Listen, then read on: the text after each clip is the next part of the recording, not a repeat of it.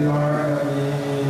اللهم صل على رسولك سيدنا محمد وعلى آل سيدنا ومولانا محمد. اللهم افتح لنا أبواب ورحمتك يا رب العالمين. اللهم إنا نسألك برحمتك وعزائك ومغفرتك والسلامة من كل إثم والغنيمة من كل إثم والفوز بالجنة والنجاة من النار.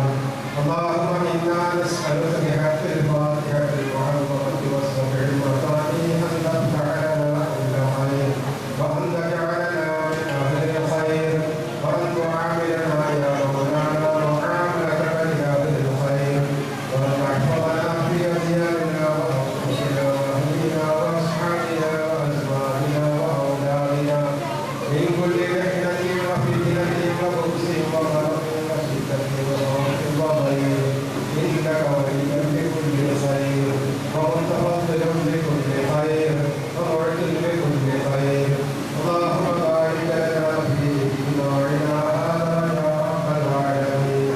اللهم ربنا زدنا علما وفهما وحفظا وعملا وعملا نافعا. اللهم اغفر لنا ولمن ماتوا منا وللمؤمنين والمؤمنات والمسلمين والمسلمات الأحياء منهم والأموات إنك مجيب الدعوات وقاضي الحاجات. ربنا آتنا في الدنيا حسنة وفي الآخرة حسنة وقنا عذاب النار. ربنا تقبل منا إنك أنت السميع العليم وتب علينا إنك أنت التواب الرحيم. واغفر لنا وارحمنا ولوالدينا يا غافر المذنبين. آمين برحمتك يا أرحم الراحمين.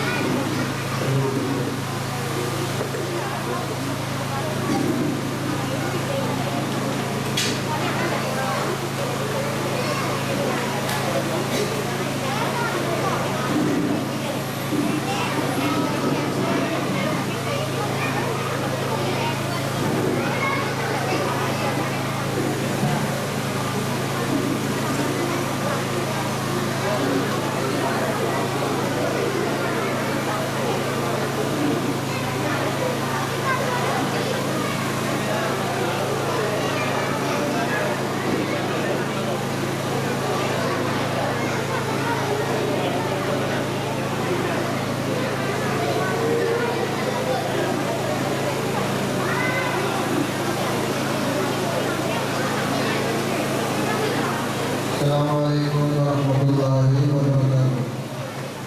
ആദരണീയരായ സുഹൃത്തുക്കളായ ഉസ്താദുമാരെ, കമ്മിറ്റി ഭാരവാഹികളെ, ബഹുമാനപ്പെട്ട വിദ്യാർത്ഥികളെ, രക്ഷിതാക്കളെ, സുഹൃത്തുക്കളെ, മീലാദ് ഫെസ്റ്റിന്റെ ഭാഗമായി സംഘടിപ്പിച്ചിട്ടുള്ള ഇലൽ ഹബീബ് എന്ന നബിദിന പ്രോഗ്രാമിലാണ് നമുക്ക് സംബന്ധിച്ചിട്ടുള്ളത്. നേരത്തെ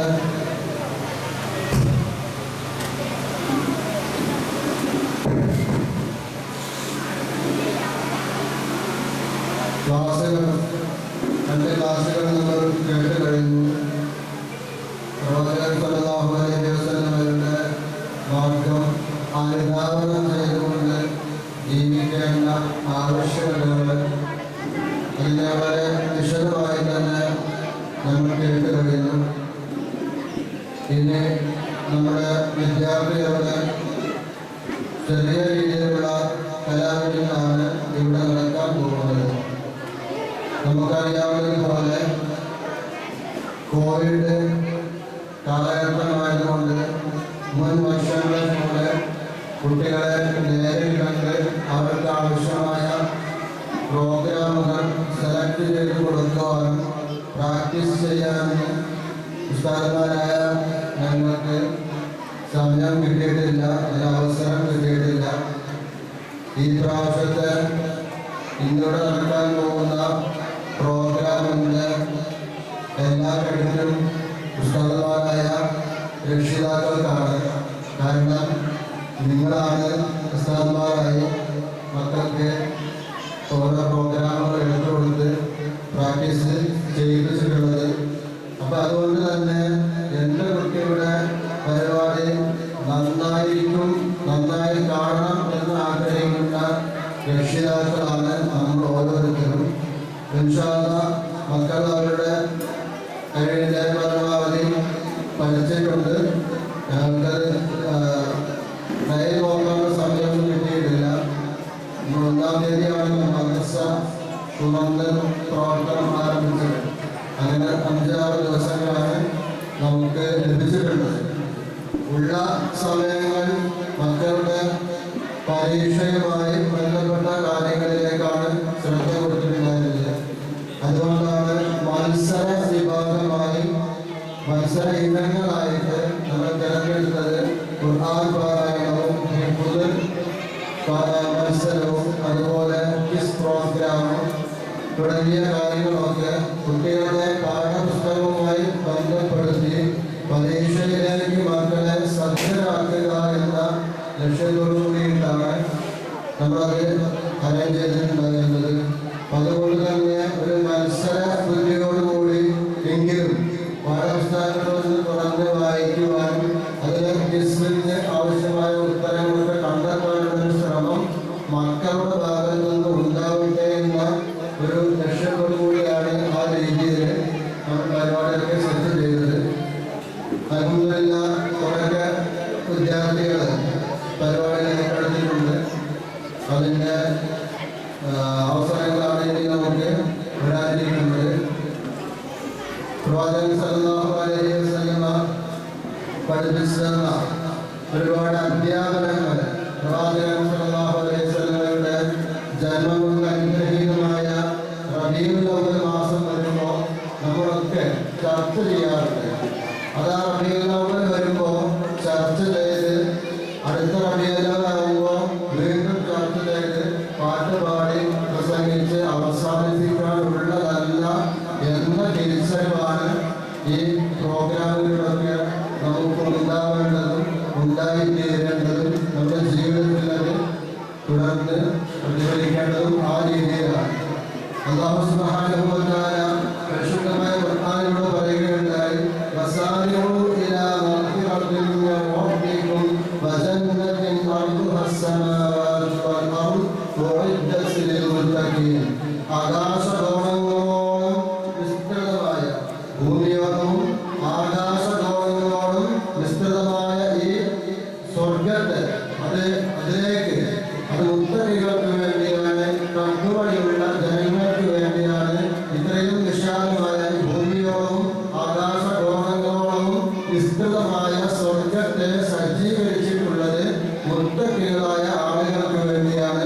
ആ സ്വർഗത്തിലേക്കും അല്ലാഹുവിന്റെ പാപമോചനത്തിലേക്കും നിങ്ങൾ ഓടിയെടുക്കുക എന്ന് പരിശുദ്ധ ഖുർആനിൽ കൂടി അല്ലാഹു പറഞ്ഞിട്ട് അതിന്റെ തൊട്ടായത്തിൽ അല്ലാഹു പറയുകയാണ്, അല്ലദീന യുൻഫിഖൂന ഫിസ്സറാഇ വല്ലറാഇ വൽകാദിമീനൽ ഗൈദ വൽആഫീന അനിന്നാസ് വല്ലാഹു യുഹിബ്ബുൽ മുഹ്സിനീൻ.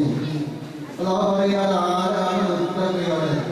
നമ്മളൊക്കെ പറഞ്ഞു കേട്ടതുപോലെ നിസ്കരിച്ച് പള്ളിയിൽ പോയി 5 നേരം നിസ്കരിച്ച് നോമ്പ് പോയിട്ട് സകാത്തൊക്കെ കൊടുത്ത് ജീവിക്കുന്ന ആളുകൾക്കാണ് മുത്തഖികൾ എന്ന് സർട്ടിഫിക്കറ്റ് കൊടുക്കുന്നത്. പക്ഷെ അല്ലാഹു അത് നമ്മോട് വിശദീകരിച്ച് തരുന്നുണ്ട്.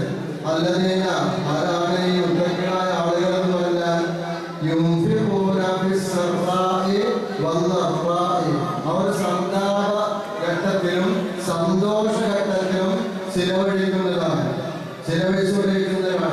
ഇപ്പോൾ കോവിഡ് കാലമായി മനുഷ്യരൊക്കെ വളരെ പ്രയാസത്തിലും പ്രതിസന്ധിയിലുമാണ്. ഇങ്ങനെയുള്ള പ്രയാസ കാലഘട്ടത്തിലും പ്രതിസന്ധി നിറഞ്ഞ സന്ദർഭത്തിലും അവരുടെ കയ്യിൽ ഉള്ളതിന് മറ്റുള്ളവരിലേക്ക് പകർന്നു നൽകാൻ അവർക്ക് വിഷമമുണ്ടാവുകയില്ല. അവർ അങ്ങനെ ചിലവഴി ചെയ്തുകൊണ്ടിരിക്കുന്ന ആളുകളാണ്. അത് സന്താപഘട്ടങ്ങളിലായാലും സന്തോഷഘട്ടങ്ങളിലായാലും ഈ മനുഷ്യരുടെ സ്വഭാവം അങ്ങനെയാണ്. അത് മുത്തഖികളായ മനുഷ്യന്റെ സ്വഭാവമാണ് എന്ന് പറഞ്ഞുകൊണ്ട് വേറൊരു വിശേഷം പറയുകയാണ്, വൽ കാലിമീന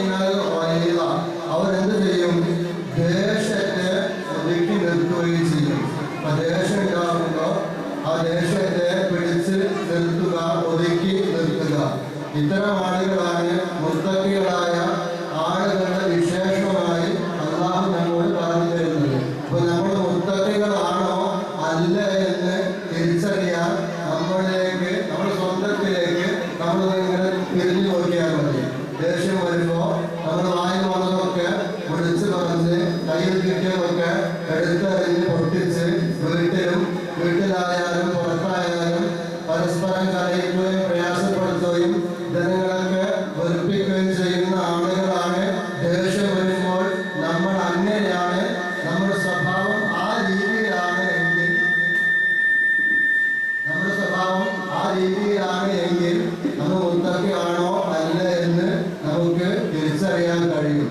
അല്ലാഹു പറയുന്നത്, ബാക്കിയോട് പറയുന്നുണ്ട്, ആഫീന അനിന്നാസ്, ജനങ്ങൾക്ക് മാപ്പ് നൽകുന്ന ആളുകളുമാണ്. മുത്തഖികളെന്ന് പറഞ്ഞാൽ ജനങ്ങൾക്ക് മാപ്പ് ചെയ്ത് കൊടുക്കുക, ദേഷ്യം ഉണ്ടാകുമ്പോൾ അതിനെ ഒതുക്കി നിർത്തുക, പിന്നെ സന്താപഘട്ടത്തിലും പ്രയാസം ഉണ്ടാകുമ്പോഴും പ്രയാസം ഇല്ലാത്ത സമയത്തൊക്കെ ഉള്ളതിൽ നിന്നിങ്ങനെ ചെലവഴിച്ചുകൊണ്ടിരിക്കുക. ഇങ്ങനെയുള്ള ആളുകളുടെ പേരാണ് മുത്തഖികള്. ഇപ്പൊ നമ്മൾ മുത്തഖികളാണോ? അല്ലാഹു പറയുന്ന സൂക്ഷ്മാലുക്കളായ അല്ലാഹുവിനെ സൂക്ഷിച്ച് ജീവിക്കുന്ന ആളുകൾ എന്ന് പറയുന്ന മുത്തഖികളുടെ വിഭാഗത്തിൽ നമ്മൾ ഉൾപ്പെട്ടിട്ടുണ്ടോ ഇല്ല എന്ന് തിരിച്ചറിയാനുള്ള ഒരു ആയത്താണ് അല്ലാഹു സുബ്ഹാനഹു വ തആല നമ്മോട് പറഞ്ഞു തരുന്നത്. നമുക്കറിയാം, പ്രവാചകൻ സല്ലല്ലാഹു അലൈഹി വസല്ലമ മക്കയിൽ ജീവിക്കുന്ന കാലഘട്ടത്തിൽ, മക്ക ഹിജ്റ പോകുന്നതിന് മുമ്പ് മക്ക കാലഘട്ടത്തിൽ പ്രവാചകൻ ജീവിച്ചുകൊണ്ടിരിക്കുമ്പോൾ അന്ന് കഅബയുടെ താക്കോല് സൂക്ഷിപ്പുകാരൻ ഉസ്മാൻ ബിൻ തൽഹ എന്ന വ്യക്തിയാണ്. ഉസ്മാൻ ബിൻ തൽഹ എന്ന വ്യക്തിയാണ് ഈ കഅബയുടെ താക്കോല് സൂക്ഷിപ്പുകാരൻ. അങ്ങനെ ഒരു ദിവസം പ്രവാചകൻ സല്ലല്ലാഹു അലൈഹി വസല്ലം തൽഹയോട് ചോദിക്കുന്നുണ്ട്, തൽഹ, നിങ്ങൾ താവിയൊന്ന് കഅബയുടെ താക്കോൽ എനിക്ക് തരുമോ എന്ന് പ്രവാചകൻ സല്ലല്ലാഹു അലൈഹി വസല്ലം ചോദിക്കുന്നുണ്ട്. ആരോട്? ഉസ്മാൻ ബിൻ തൽഹയോട് ചോദിക്കുന്നുണ്ട്. അപ്പോൾ തൽഹ പറഞ്ഞ മറുപടിയുണ്ട്.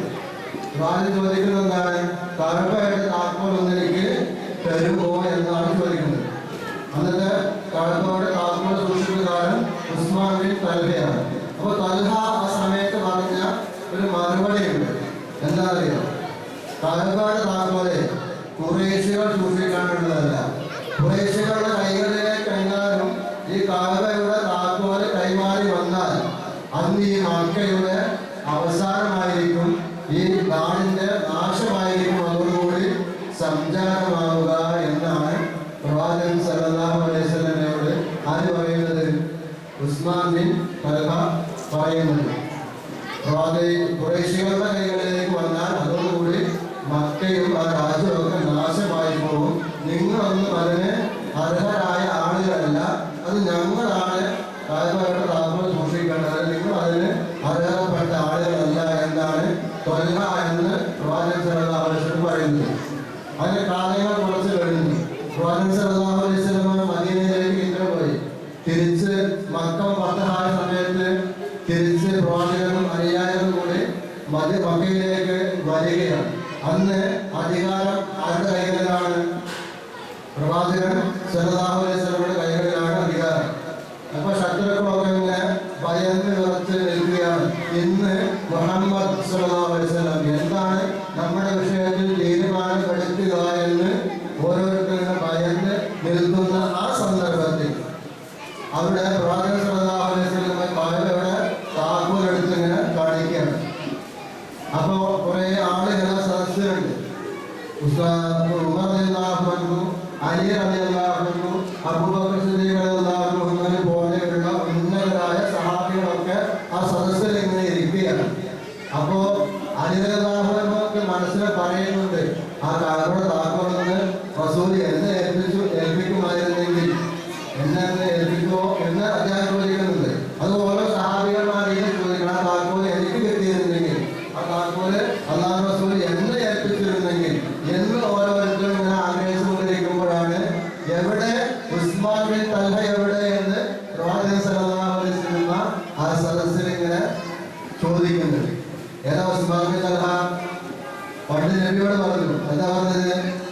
ഈ കാബയുടെ താക്കോലെങ്ങാനും ഖുറൈശികളുടെ കരങ്ങളിൽ വന്നു ചേർന്നാൽ അന്ന് മക്കയുടെ നാശമായിരിക്കും. അതുകൊണ്ട് ഈ താക്കോലൊന്നും സൂക്ഷിക്കാൻ നിങ്ങൾക്കൊന്നും യോഗ്യതയില്ല എന്ന് പറഞ്ഞ ആ തലഹ എവിടെ എന്നാണ് ആര് ചോദിക്കുന്നത്? അള്ളാഹുവിന്റെ പ്രവാചകൻ, കാരുണ്യത്തിന്റെ പ്രവാചകൻ സ്വല്ലല്ലാഹു അലൈഹി വസല്ലം ചോദിക്കുന്നത്. തലഹയ അടുത്ത് വിളിച്ചിട്ട് പറഞ്ഞു, ഇത് സൂക്ഷിക്കാൻ അർഹൻ നിങ്ങൾ തന്നെയാണ്, അതുകൊണ്ട് ഈ ചാവി നിങ്ങൾ സൂക്ഷിക്കണമെന്ന് പറഞ്ഞുകൊണ്ട് പ്രതികാരം ചെയ്ത കാരുണ്യത്തിന്റെ പ്രവാചകനാണ് അഷ്റഫുൽ ഖൽഖ് ത്വാഹ റസൂലുള്ളാഹി സ്വല്ലല്ലാഹു അലൈഹി വസല്ലം. അങ്ങനെയാണ് നമ്മൾ ചെയ്യേണ്ടത്, പ്രതികാരം ചെയ്യേണ്ടത്. അന്ന് കല്യാണത്തിന് പോയപ്പോഴേ കല്യാണത്തിന് ചോറ് വാങ്ങുമ്പോൾ അവൻ എനിക്ക് അന്നൊരു പീസ് കമ്മിയായിട്ട് തന്നത്. ഞാൻ കുറെ പ്രാവശ്യം ചോദിച്ചു, എനിക്ക് 2 പീസ് വേണം. അപ്പോൾ 1 പീസ് തന്നുള്ളൂ. എന്റെ കല്യാണത്തിന് വരട്ടെ, ഞാൻ അവന് ചെയ്യും, ഒറ്റ പീസ് കൊടുക്കില്ല, ഒരു കാലി ചോറ് കൊടുത്തുകൊണ്ട് പ്രതികാരം ചെയ്യും. അല്ല, നമ്മുടെ അടുത്ത വീട്ടിൽ മാവുണ്ട്, ആ മാവിൽ നിന്ന് മാങ്ങ നമ്മുടെ വീട്ടിലേക്ക് വീണു. എന്നിട്ടോ അന്നവൻ ചെയ്തോണ്ടെങ്കിൽ എന്റെ മാങ്ങ എടുത്തിട്ട് മറ്റേ വീട്ടിലെ വീണപ്പോൾ ആ കുട്ടിയുടെ ഭക്ഷണത്തിൽ പോയത് എന്റെ മാനോട്ട് ചീത്ത പറഞ്ഞിട്ടുണ്ട്, എന്റെ മാവും വാങ്ങണ്ടാവും, അപ്പുറത്തെ വീട്ടിലേക്ക് വീഴും. ഞാനത് അവരുടെ കുട്ടികളെടുത്ത് തിന്നുന്നത് കാത്തിരിക്കും, എന്നിട്ട് എന്റെ പ്രതികാരം ഞാൻ ചോദിക്കുക തന്നെ ചെയ്യും എന്ന് പറഞ്ഞിട്ട് പ്രതികാര ബുദ്ധിയോടുകൂടി ജീവിക്കുന്ന മനുഷ്യരാണ് നമ്മളെങ്കിൽ നമ്മൾ മനസ്സിലാക്കുക അതല്ല ഇസ്ലാം. ഇസ്ലാം എന്ന് പറഞ്ഞാൽ അതല്ല. പ്രവാചകൻ സല്ലല്ലാഹു അലൈഹി വസല്ലം അങ്ങനെയല്ല നമ്മോട് പഠിപ്പിച്ചിട്ടുണ്ട്. ഇപ്പൊ സ്വന്തം ചേട്ടനും അനുജനും തമ്മിൽ ഒരു വീട്ടിൽ തന്നെ ഇളയച്ചി മൂത്തച്ചി തമ്മിലൊക്കെ പ്രതികാരം ചെയ്യാൻ വേണ്ടി കാത്തു നിൽക്കുന്ന ആളുകളാണ് എങ്കിൽ അള്ളാഹുവിന്റെ പ്രവാചകന്റെ മതം ആദരിക്കുന്ന ഈ സദസ്സിൽ വെച്ച് നമ്മൾ മനസ്സിലാക്കുക അള്ളാഹുവിന്റെ പ്രവാചകൻ പഠിപ്പിച്ച മാതൃക ഇതല്ല. ഇവരൊക്കെ വിട്ടുവിട്ട് ചെയ്യാനും മാപ്പ് ചെയ്തു കൊടുക്കാനും നമ്മൾക്ക് കഴിയുന്നുണ്ടോ എങ്കിൽ നമ്മളാണ് ആര്? മുത്തഖികൾ എന്ന് പറയുന്ന വിഭാഗത്തിൽപ്പെട്ട ആളുകൾ. അപ്പൊ നമുക്ക് മുത്തഖികളാകുവാൻ എന്താണ് ചെയ്യേണ്ടത് എന്ന് അല്ലാഹു പറഞ്ഞ കുറെ കാര്യങ്ങളാണ്. ഒന്നെന്താണ്? ജനങ്ങൾക്ക് മാപ്പ് ചെയ്തു കൊടുക്കുക. പിന്നൊന്ന് ദേഷ്യം ഉണ്ടാകുമ്പോ കയ്യിൽ കിട്ടുമൊക്കെ എറിഞ്ഞ് പൊട്ടിക്കാതെ ആ ദേഷ്യം ഒഴുക്കി നിർത്താനുള്ള ശ്രമം നടത്തുക. പ്രയാസം ഉണ്ടാകുമ്പോൾ, പ്രതിസന്ധി ഉണ്ടാകുമ്പോഴും അല്ലാത്ത സമയത്തും നമ്മുടെ കയ്യിൽ എന്തെങ്കിലുമൊക്കെ അവരെ കൊടുത്ത് സഹായിക്കാൻ കഴിയുന്നുവെങ്കിൽ അതിനെ കൊടുത്ത് സഹായിക്കാൻ തയ്യാറാവുക. ഇങ്ങനെയൊക്കെ ചെയ്ത് ജീവിക്കുന്ന ആളുകൾക്കാണ് മുത്തഖികളെന്ന് പറയുക. അല്ലാതെ വെറും നിസ്കാരവും നോമ്പും സക്കാത്തുമായി കഴിഞ്ഞു കൂടുതലല്ല ദീന്, അത് മാത്രമല്ല ഇസ്ലാം എന്ന തിരിച്ചറിവ് നമ്മുടെയൊക്കെ ജീവിതത്തിൽ ഉണ്ടായി. നമ്മുടെയൊക്കെ ബാക്കിയുള്ള ജീവിതത്തിൽ ഇസ്ലാമിന്റെ മൂല്യങ്ങൾ ഉയർത്തിപ്പിടിച്ച് ജീവിക്കാൻ നമുക്ക് പ്രതിജ്ഞ എടുക്കുക. അല്ലാഹു നമ്മെ അനുഗ്രഹിക്കുമാറാവട്ടെ. ആമീൻ എന്ന് ദുആ ചെയ്യുകയാണ്. ഇവിടെ ഈ പരിപാടിയിൽ അധ്യക്ഷത വഹിക്കുന്നത് നമ്മുടെ മഹല്ലിന്റെ പ്രസിഡന്റ് അബ്ദുൽ ജലീൽ സാഹിബ്. അദ്ദേഹമാണ്. അദ്ദേഹത്തെ സ്റ്റേജിലെത്തിയിട്ടുണ്ട്. അദ്ദേഹത്തെ ഈ മഹത്തായ വേദിയിലേക്ക് ആദരപൂർവ്വം സ്വാഗതം ചെയ്യുന്നു.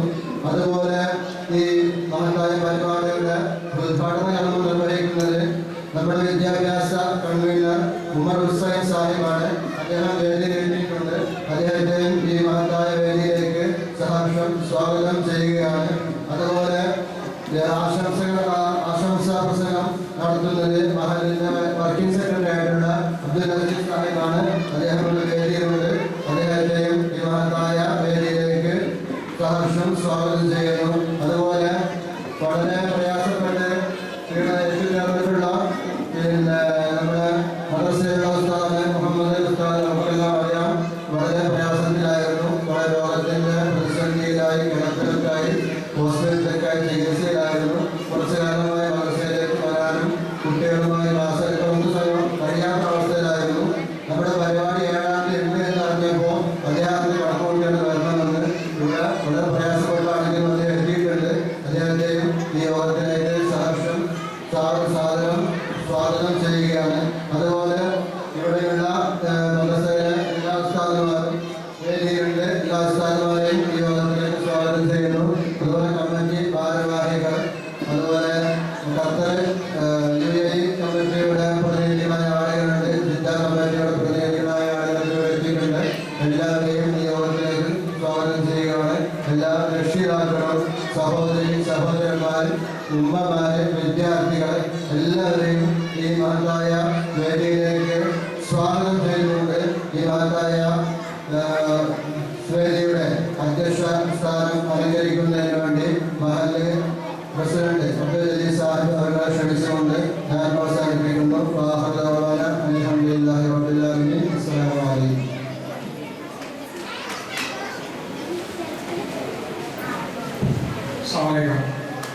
നമ്മളിന്ന് രാവിലെ 10 മണിക്ക് തുടക്കം കുറിച്ച ഈ പ്രോഗ്രാമിന്റെ 2ാം സെഷൻ ഇവിടെ ആരംഭിച്ചിരിക്കുകയാണ്.